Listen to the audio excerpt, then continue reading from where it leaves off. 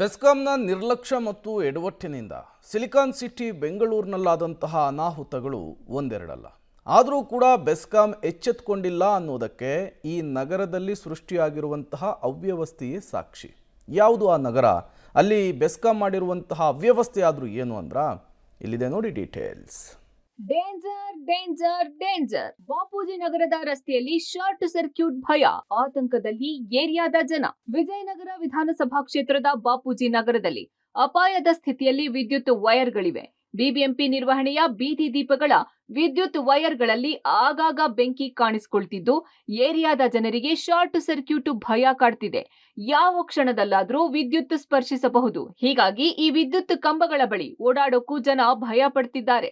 ಇಲ್ಲಿ ತುಂಬ ಜನ ಮಕ್ಕಳುಗಳು ವಯಸ್ಸಾದವರೆಲ್ಲ ಓಡಾಡ್ತಿರ್ತಾರೆ. ಈ ಥರ ಕಂಡೀಷನ್ ಇರೋದ್ರಿಂದ ಯಾವಾಗ ಏನಾಗುತ್ತೆ ಅಂತ ಹೇಳೋಕ್ಕಾಗೋದಿಲ್ಲ. ಸೇಫ್ಟಿನೂ ತುಂಬ ಡೇಂಜರ್ ಇದೆ ಇಲ್ಲಿ. ವಯಸ್ಸಾದವರು ಮಕ್ಕಳು ಓಡಾಡೋದ್ರಿಂದ ಇದ್ರ ಬಗ್ಗೆ ಸ್ವಲ್ಪ ಈ KB ಅವರು ಸ್ವಲ್ಪ ಮುಂದಾಳತ್ವ ತಗೊಂಡು ಪ್ರಾಬ್ಲಮ್ನ ಸಾಲ್ವ್ ಮಾಡಿಕೊಡ್ಬೇಕು ಅಂತ ಹೇಳ್ಕೊಡ್ತೀವಿ. ಯಾಕಂದರೆ ಈಗ ಮಳೆಗಾಲ ಇರೋದ್ರಿಂದ ಪಕ್ಕದಲ್ಲೂ ಹೋಗೋದಕ್ಕೂ ಆಗೋದಿಲ್ಲ.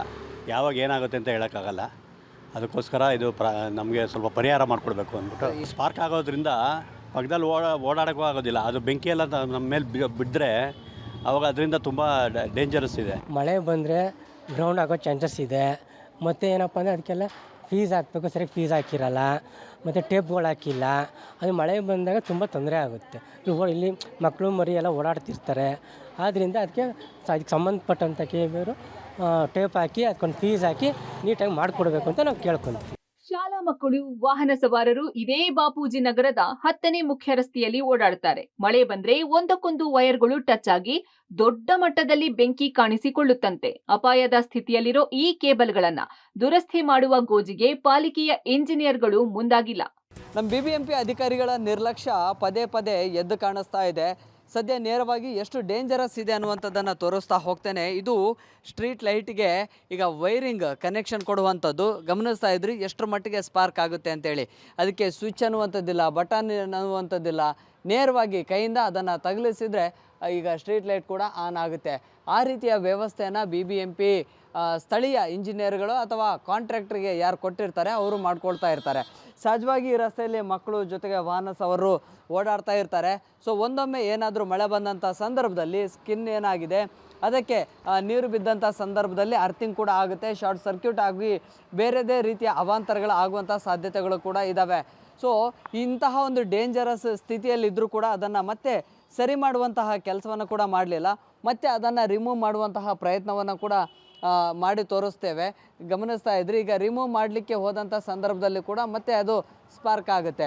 ಸೊ ಒಂದೊಮ್ಮೆ ಏನಾದರೂ ಎಡವಟ್ಟಾದರೂ ಕೂಡ ಇಡೀ ಏರಿಯಾಗೆ ಬೆಂಕಿ ಹತ್ತುಕೊಳ್ಳುವಂತಹ ಸಾಧ್ಯತೆಗಳು ಕೂಡ ಇರುತ್ತೆ.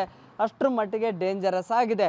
ಇದು ಬೀದಿ ದೀಪಗಳ ನಿರ್ವಹಣೆ ಪಾಲಿಕೆ ಮಾಡುತ್ತೆ. ಪಾಲಿಕೆ ಖಾಸಗಿ ಕಂಪನಿಯವರಿಗೆ ಅಥವಾ ಬೇರೆ ಕಾಂಟ್ರಾಕ್ಟರ್ಗಳಿಗೆ ಇದನ್ನು ನೀಡಿರ್ತಾರೆ ಜವಾಬ್ದಾರಿಯನ್ನು. ಆದರೆ ಎಲ್ಲೋ ಒಂದು ಕಡೆ ಕಾಂಟ್ರಾಕ್ಟರ್ಗಳು ಕೂಡ ನಿರ್ಲಕ್ಷ್ಯವನ್ನು ವಹಿಸ್ತಾ ಇರೋದ್ರಿಂದಾಗಿ ಈ ಭಾಗದಲ್ಲಿ ಜನರಿಗೆ ಆತಂಕ ಹೆಚ್ಚಾಗಿದೆ. ಕ್ಯಾಮ್ರಾ ಪರ್ಸನ್ ಅಕ್ಷಯ್ ಕುಮಾರ್ ಜೊತೆ Prakash D Rampur, public TV, Bengaluru. ಪಾಲಿಕೆ ಬೀದಿ ದೀಪಗಳ ನಿರ್ವಹಣೆ ಮಾಡೋದ್ರಲ್ಲಿ ಫೇಲ್ಯೂರ್ ಆಗಿದೆ. ಪೋಷಕರು ತಮ್ಮ ಮಕ್ಕಳನ್ನ ಇದೇ ರಸ್ತೆಯಲ್ಲಿ ಕರೆದುಕೊಂಡು ಬರೋದಕ್ಕೂ ಹೆದರ್ತಾರೆ. ಏರಿಯಾದ ಜನ ಇಂಜಿನಿಯರ್ಗಳಿಗೆ ಹೇಳಿದ್ರೆ ಕ್ಯಾರೆ ಅಂತಿಲ್ವಂತೆ.